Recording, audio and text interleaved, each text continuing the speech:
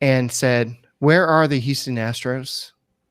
That's what we're doing right now. We're watching the All-Star game, and there's no Astros players to watch. But you know what? The Astros are still good, and we can talk about what to look forward to for the rest of the 2021 season. We'll look back and see what's been going good so far this season, and we'll talk about what happened on the final day of the 2021 draft. We'll talk about this and more on today's Locked On Astros podcast.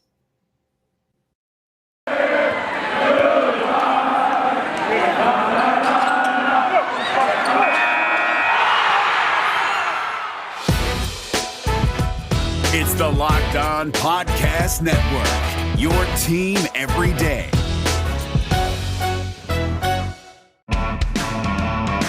Hello and welcome to Locked On Astros, your daily Astros podcast. Here are your hosts, Eric the Man Huysman and Brett H-Town Wheelhouse Chancey.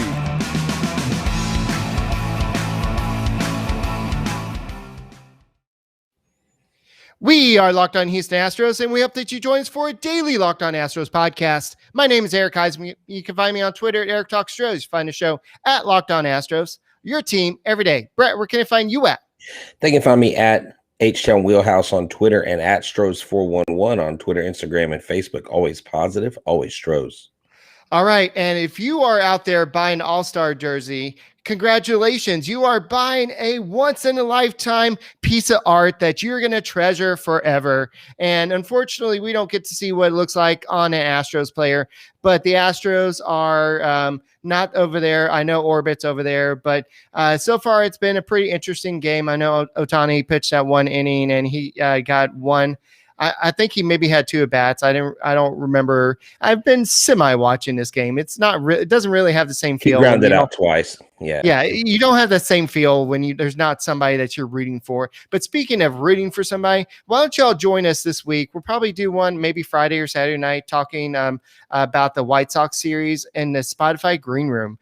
This episode is brought to you by Spotify Green Room. Download the app and join us this week, probably on Friday and Saturday, to get in on the action. And you can join us on the stage. You can talk about the Astros whipping up on those White Sox. They're a good team. You know, the Astros play really good against those good teams. And don't forget to subscribe to us on YouTube. And we had a really good show the other day. We're getting close to that 1,000 mark. We're over 700. Last I checked, we're at 715. So please go subscribe to the Locked On Astros podcast on YouTube. And if you don't do that, go listen to us on Apple, Spotify, wherever you listen to your podcast. Just go listen to the Locked On Astros podcast. And we have a lot coming up this week. Tomorrow we're going to be talking about a cool little baseball card app that is out there. And it looks like Brett's frozen there for a second or asleep. But then also we're going to be talking about some draft with somebody on Thursday. And then kind of previewing the White Sox series. And I'm super excited about the rest of the week. Go Astros. And let's go and take a look back. I'll let you talk for a second, Brett, before we get started. But I want to talk about the difference between the starters and relievers first.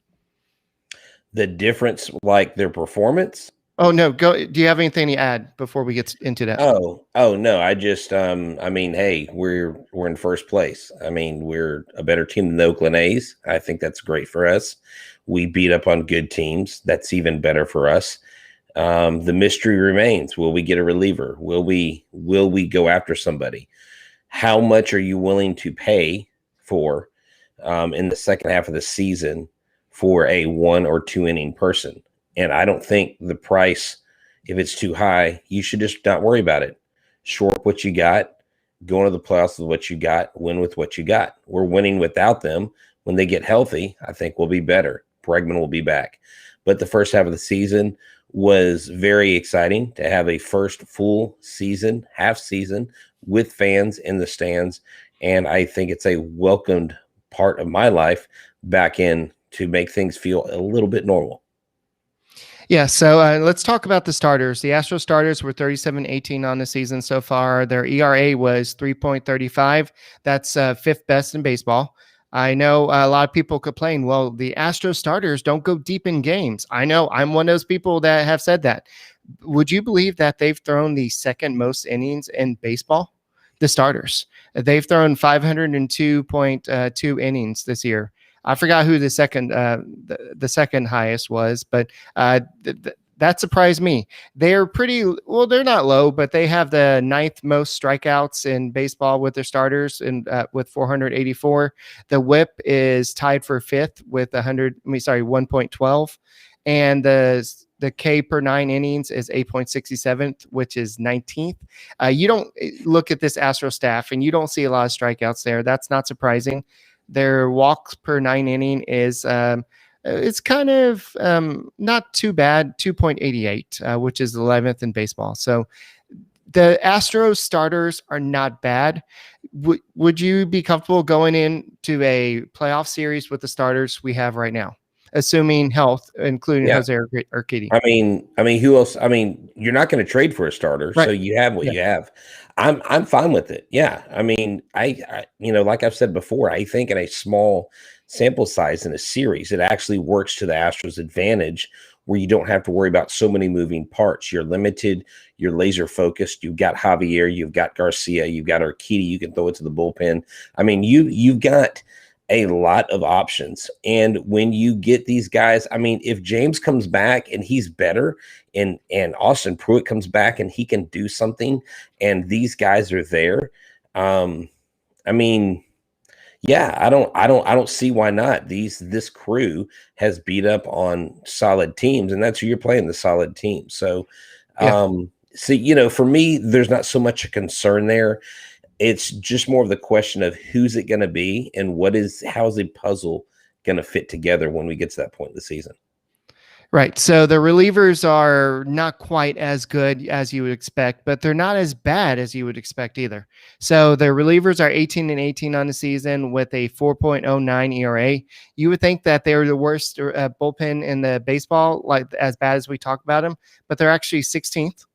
Innings pitch, you would think that the way they come in and have to eat up a lot of innings, they're actually 23rd in terms of innings.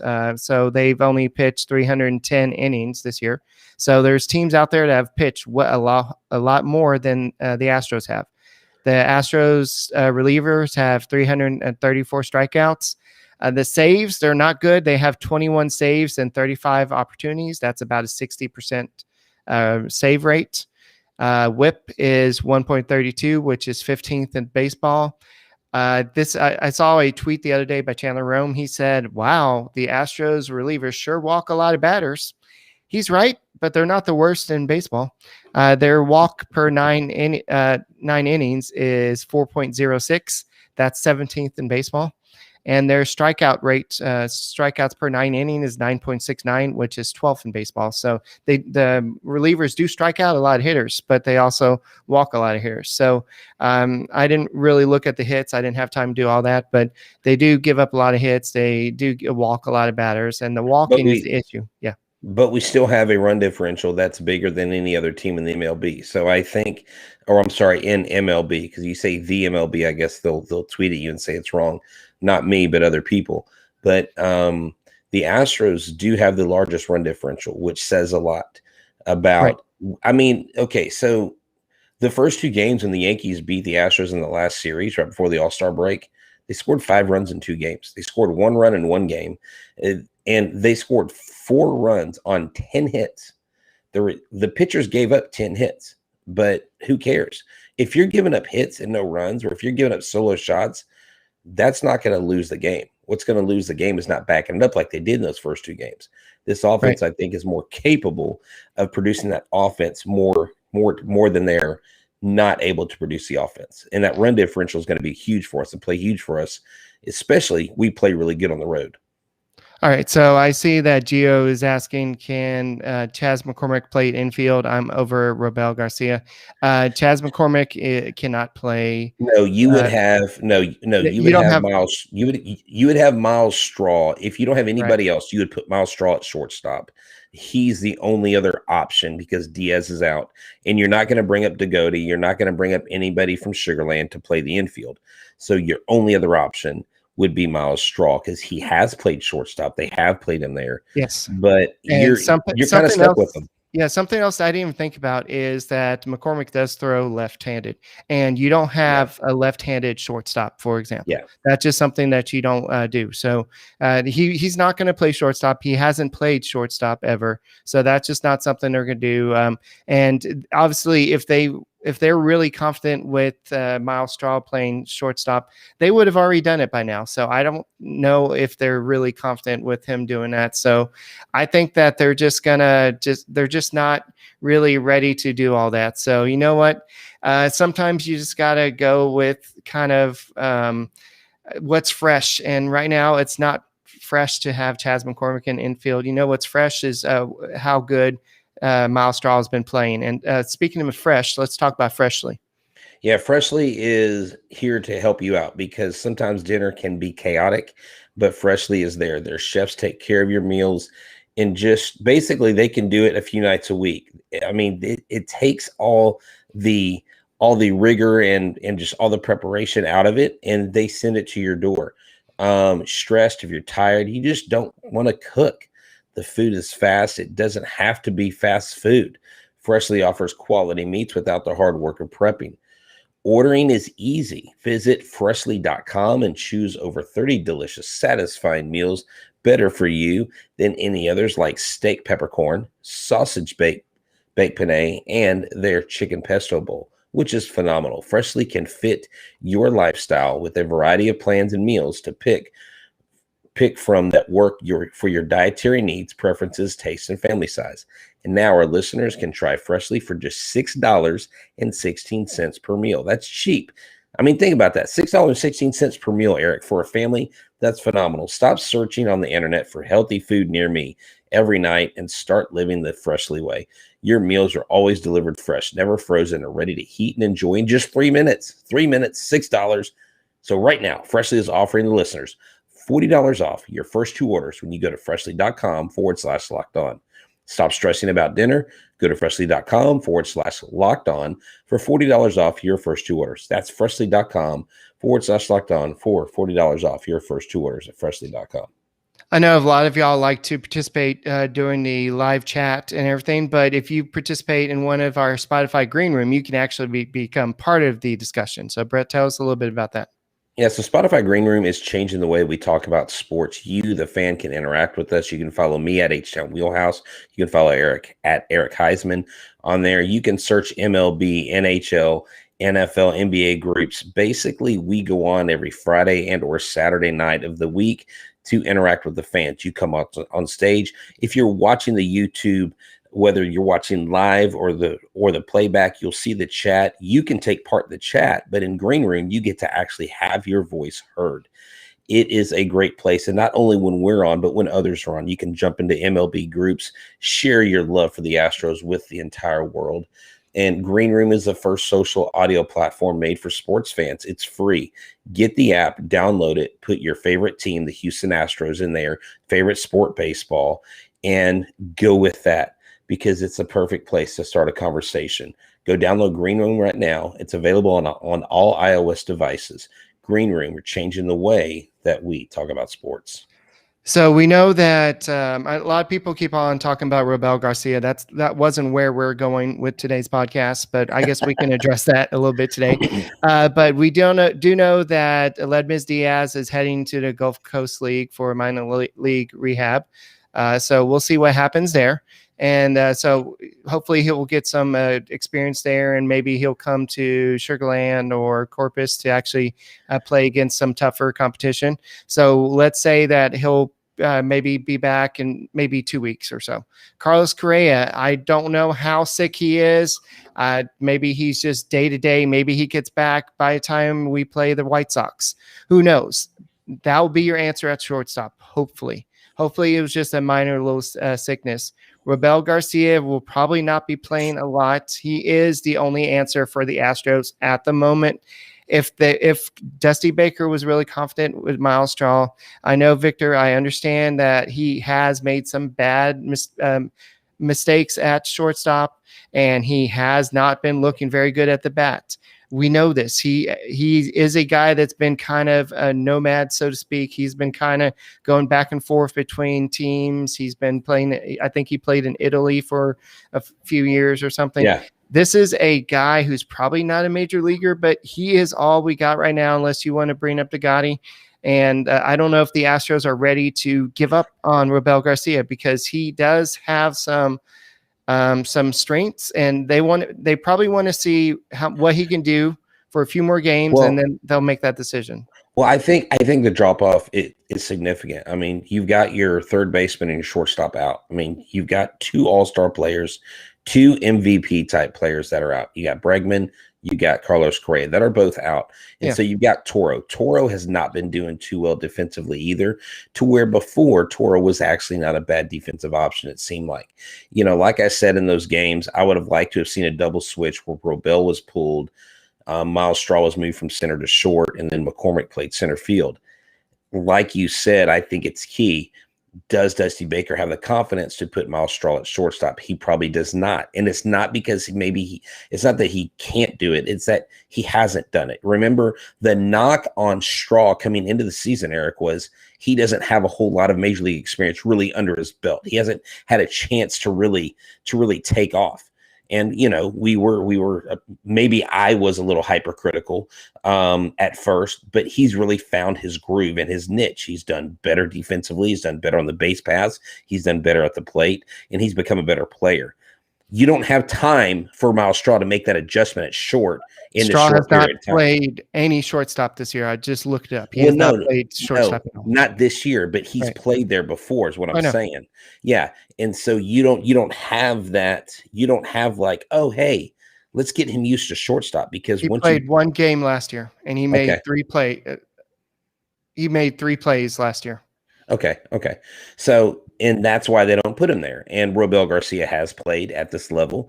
So, you know, sometimes, hey, I mean, we could be the Yankees. We could be some other team that's like sporting a lineup that's all hitting around 200, around the Mendoza line, and we're not. I think we're fine. I know there's a question on here. What can we get for Verlander? You're not going to trade Verlander. He's injured. He's recovering from Tommy John. You don't trade a guy with a $33 million end of the year contract, probably not going to pitch this year. He's not even in the picture. Mr. Corona says, I'm excited to see that Pruitt and James can bring what they can bring to the table. But he said, of course, I'm lowering my expectations. Eric, I think if James is retooled, if he can figure out how to command his fastball, he's got good stuff. Pruitt, we don't know. We haven't seen him. He's the big unknown. He's the guy that James Click brought in the first year. I think I think it was Click that brought him in. Click. So this was a guy who's supposed to be kind of like Colin McHugh's role, just somebody who could possibly start, somebody that could be that long reliever in the bullpen. So we don't really know what this guy can do. I know he was supposed to I think he was supposed to pitch tonight. I don't know if he pitched for the Sugarland Skeeters yet, but he was supposed to make an appearance tonight. And this is a guy that's run out of time. He was from the time he was activated for his rehab appearance, his time is up. I think that he was supposed to be active by the 16th. So, and I think Josh James may be running out of time as well. So you may have a situation where both of them have to come up at the same time. So we'll see. So we may have Carlos Correa coming back up as well, because they need a shortstop. Robel Garcia is not that person. But getting back to kind of where we're kind of going for, I'll be glad to see that these guys are returning, but I still think the Astros are going to be needing to improve this bullpen. Would Josh James help? Maybe. Like Mr. Corona said, I'm lowering my expectations until we see what we see. And Austin Pruitt, he's the big unknown. But the Astros have got to do better with the bullpen, because there's so many. I know that somebody was saying that that Garcia has blown a couple games for the Astros. How many games has the bullpen blown for the Houston Astros this year? Right. So they've definitely got to improve that. So before we move on to the draft, I do want to talk a little bit about the Astros offense. The Astros offense is still outscoring the rest of the league. Let me see if I can pull it up. I may have closed it out. but the Astros offense is definitely still outscoring everybody, and it's not even close. I think I did, but here it is. So the Astros, in terms of runs, they still have 496. The rest of the league is kind of catching up to them because of the Yankees. But the Dodgers are 476. The Red Sox are 464. So the rest of the league is kind of catching up to us. The OPS is 783. The Blue Jays 776. Batting average, people are kind of catching up to the Astros just because that little dry spell they went through. But they're still at 269 in first place. The Blue Jays are 264. So they're still getting it done. It just, they went through that little cold spell, and the good teams you're always going to go through that little rut, but it's just how you get out of that rut. And that Jose Altuve walk-off homer is going to do that. So I think the offense only goes up from here, especially adding, we have Alex Bregman about to go out on a rehab assignment pretty soon once the Skeeters play in Albuquerque. That would be good to get him back in the lineup. That way you don't have to have Abraham Toro and Rabel Garcia playing third base. Once you get Carlos Correa back in the lineup, that's going to be great. That way you can, and now that we've seen that Yordan Alvarez can play left field, you can maybe rotate some people in the DH spot. That's going to help the offense stay a little bit more healthy down the stretch. Yeah, I think that's going to be huge just because Yordan Alvarez says he feels better when he plays in the field. I think you need to play him as much as you can. I think at some point you've got to stop treating these guys like with kids' gloves. He's 22. Good Lord, the guy's a beast. And maybe if you go to an away park where it's more of a spacious left field and he's got to run the ball down more, that's where you have a concern. Yeah, Mr. Corona's right. I thought it was Luno that brought Austin Pruitt in. Was it? Yeah, because okay. I think he brought him in before the whole thing came out. And because I know he pitched 2019 with Tampa, so that's why I wasn't sure. Yeah. So James Click came in after spring training, remember? So, yeah. Travis said trade for Chapman, buy low. Yeah, buy low. Yeah, like what are you going to give? They're scared to pitch him against the Astros. Do you even want him? No, I wouldn't give my used tennis shoes for Aroldis Chapman right now. He's not worth a darn. I think that Chapman needs a Built Bar just to kind of refresh himself, because he's just not himself. He's like Betty White out there. Well, I know how Built Bars work, so let's not give him a Built Bar because that might help him. We don't need to help the Yankees, but that's a good call because Built Bar has built this amazing product. It's a protein bar, but it tastes like a candy bar. But I promise you, it's a protein bar. Why? It's wrapped in 100% chocolate. Not only is it wrapped in 100% chocolate, but it is great for the healthy, conscious guy or girl, whether you're like on a keto diet, whatever you're doing, okay? It's got low carbs. It's got low sugar. It's got high protein, limited calories, 130 to 180 range, 17 grams of protein. It packs a punch. It is great. Like they have all these flavors. Like sometimes they have these special flavors like white chocolate cookie dough. I mean, they've got double fudge brownie. They've got coconut chunk. I mean, they've got the sky's the limit. You like brownie, you like caramel, you like carrot cake. They've got it. That's right. BuiltBar.com. They have built this healthy alternative to everything else. So you need to take all your other protein bars and chunk them. I'm serious. Well, wait till you get your first Built Bar order in and then chunk them, because right now I want you to go to built.com. Use a promo code LOCKED15. That's LOCKED15. You'll get 15% off your first order. That's right. When you get the first box in the mail, it will have a coupon for another discount. And they have other products too you can check out as well. I can't even get into it. It's basically a kingdom. It's a built kingdom. And H-Town Wheelhouse, Miss Wheelhouse Jr. even loves them. And when kids like a protein bar, you've got a winner. So go to built.com and use the promo code LOCKED15. Alrighty. So how many? So the Astros are 55-36 right now. How many wins are you predicting for the Astros for the rest of the season? What's your magic number right now? Oh my gosh. You're making me do math right now. So we're literally at the halfway point. Okay. I've got the math here. Just give me a number. Okay. So 81 games. I'm going to say they win I'm going to Just say give me a they number. Just give me a number. 37. Okay, you think they're going to win 37 more games? Yeah. Okay, that's going to be like 92 wins, dude. Okay. Give me 40. Give me 40. So I want to go higher. I'm I want to going go higher. to say the Astros need to win 102 games this year. So for that to happen, they're going to have to go 47-24 for the rest of the season. Can the Astros do that? Yeah, I mean, yes, they can. Will they? I don't know. I mean, now remember, we had this conversation with Sully at the beginning of season, even mid-season. He doesn't even think there's a 100-win team in the American League. The Astros winning percentage You're is a right. lot different. That is true. That is an excellent point. I stand corrected. Objection sustained. Very good, Your Honor. So yeah, I'm going to say 40 wins. I'm just going to be bold and I'm going to say 40. But hold on. If they get 40 more wins, that means they only go 500 the rest of the way. Yeah. That's kind of hard. Well, they're going to win more than. They've already played 91 games, dude. Your math's a little off. So it's not really the halfway mark.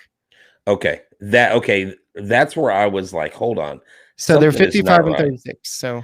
Okay. So I'm cool with going 40. So if you go 40, that would be 95 wins. Okay. Right, yeah. I'm good there. Okay. All right. Sorry. Hey, I'm a history teacher. I was terrible at math in school. So, sue me. No, wait. Don't sue me. Right. That's a good idea. All right, so we had the final day of the Astros draft, and they did get some more players. So we'll have to see what's going on. So in round 11, the Astros had drafted another shortstop from the University of Portland, Chad Stevens. So he is 6'4", 215 pounds. He hit .333 with 8 home runs, 12 stolen bases. He's 22. In round 12, we have Rhett Cuba.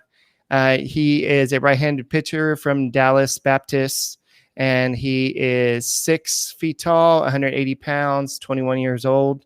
And last year, he posted a 2.77 ERA with 87 strikeouts and 74 2/3 innings pitched. Before we go too far, did you hear that the Angels drafted all pitchers? Really? That's great. That's crazy. Oh, wow. Well, I mean, it's about time. Only one high school pitcher, too. Well, hey, maybe they can get a pitcher in here by the time Trout turns 35. Yeah. So we'll have to see because they had basically they had all. I guess they have to face the Astros in the future. So they're like, well, the Astros are loaded offensively, so we got to load up on pitchers for the future. Well, they've got to load up on pitchers because they realize what a horrible job they've done putting a pitching staff behind a generational talent and now Ohtani. And I mean, do we even know who this guy Rendon is who came from the Nationals? Like, they don't ever talk about this guy. He has fallen off the face of the earth. He's still good, but he's the third that's wheel. What I'm saying. Yeah, no one's talking about this guy. I mean, their pitching's terrible. I mean, Mr. Corona says that the Dodgers and Yankees players were booed in Colorado. Yeah. The who was booed? The Dodgers and Yankees players were booed in Colorado as well. Well, yeah, but that's because the Dodgers are in their division, and like who likes the Yankees except Yankees fans?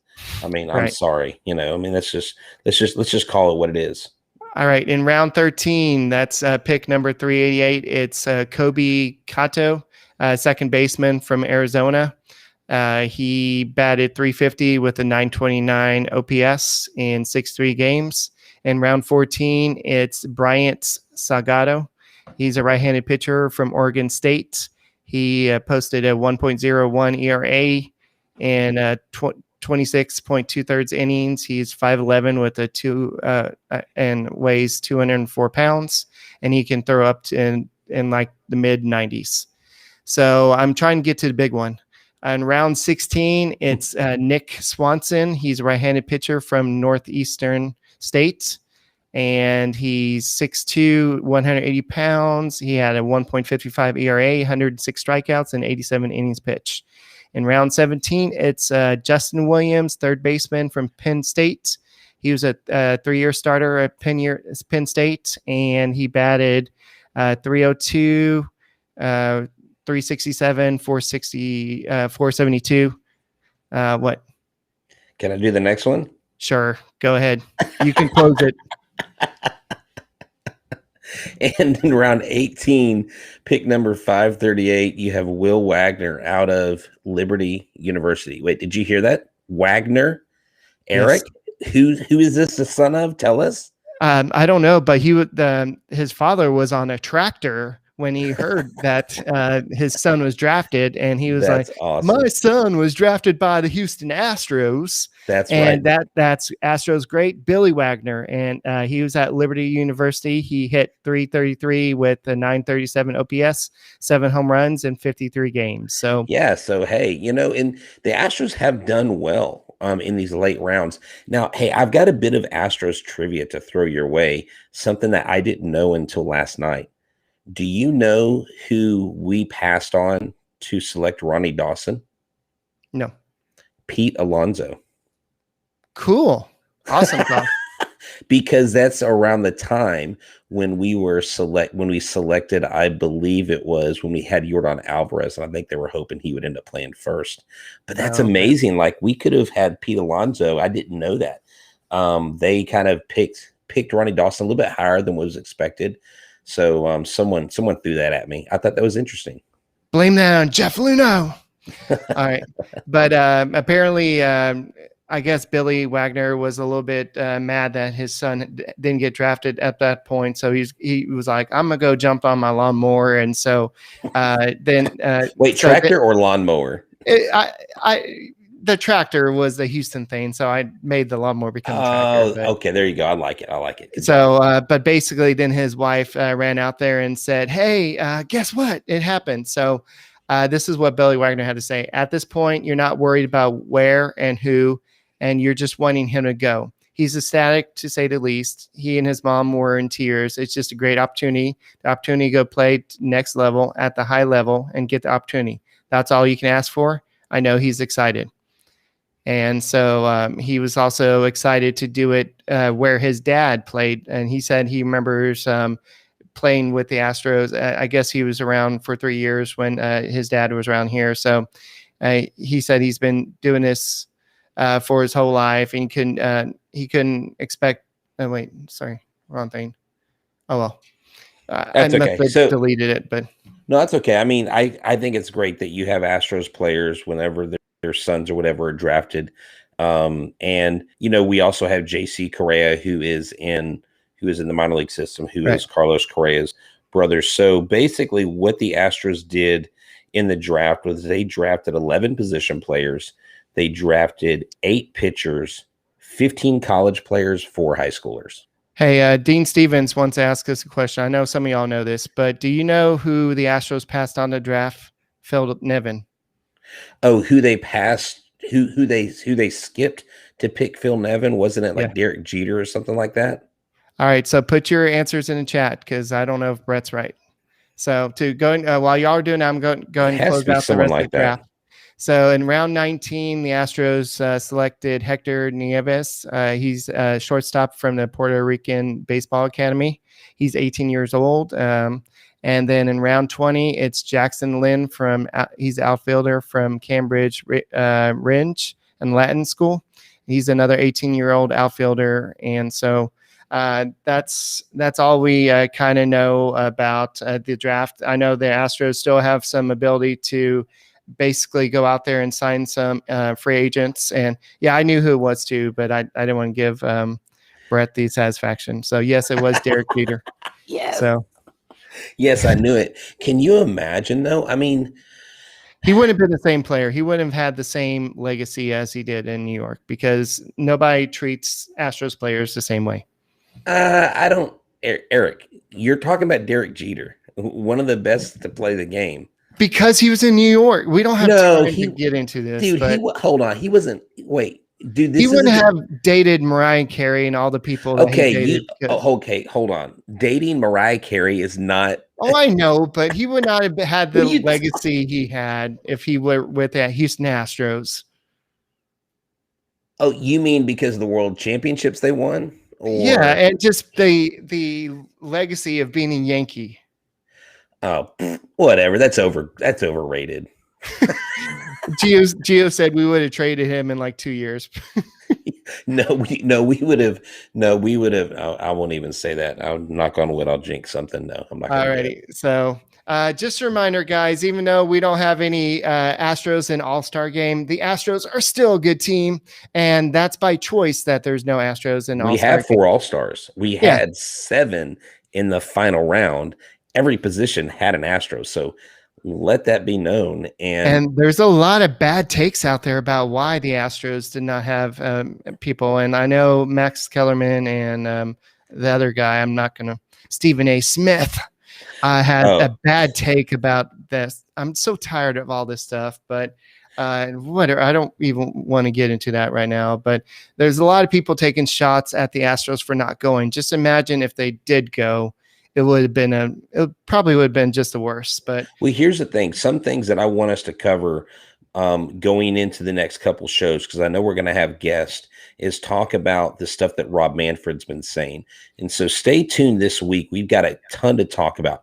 Rob Manfred's talking about abandoning the shift. He's talking about getting rid of the ghost man on second, the extra runner in the extra innings.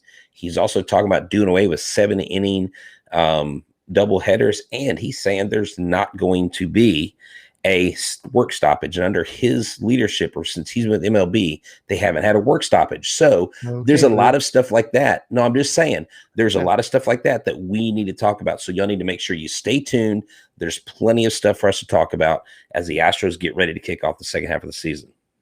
All right. And speaking of that, get all the sports news you need in under 20 minutes with the Locked On Today podcast. Host Peter Bukowski updates you with all the latest news in every major sport with the help of our local experts. Follow the Locked On Today podcast on the Odyssey app or wherever you get your podcasts. And we'll be back tomorrow on the Locked On Astros podcast. See you tomorrow.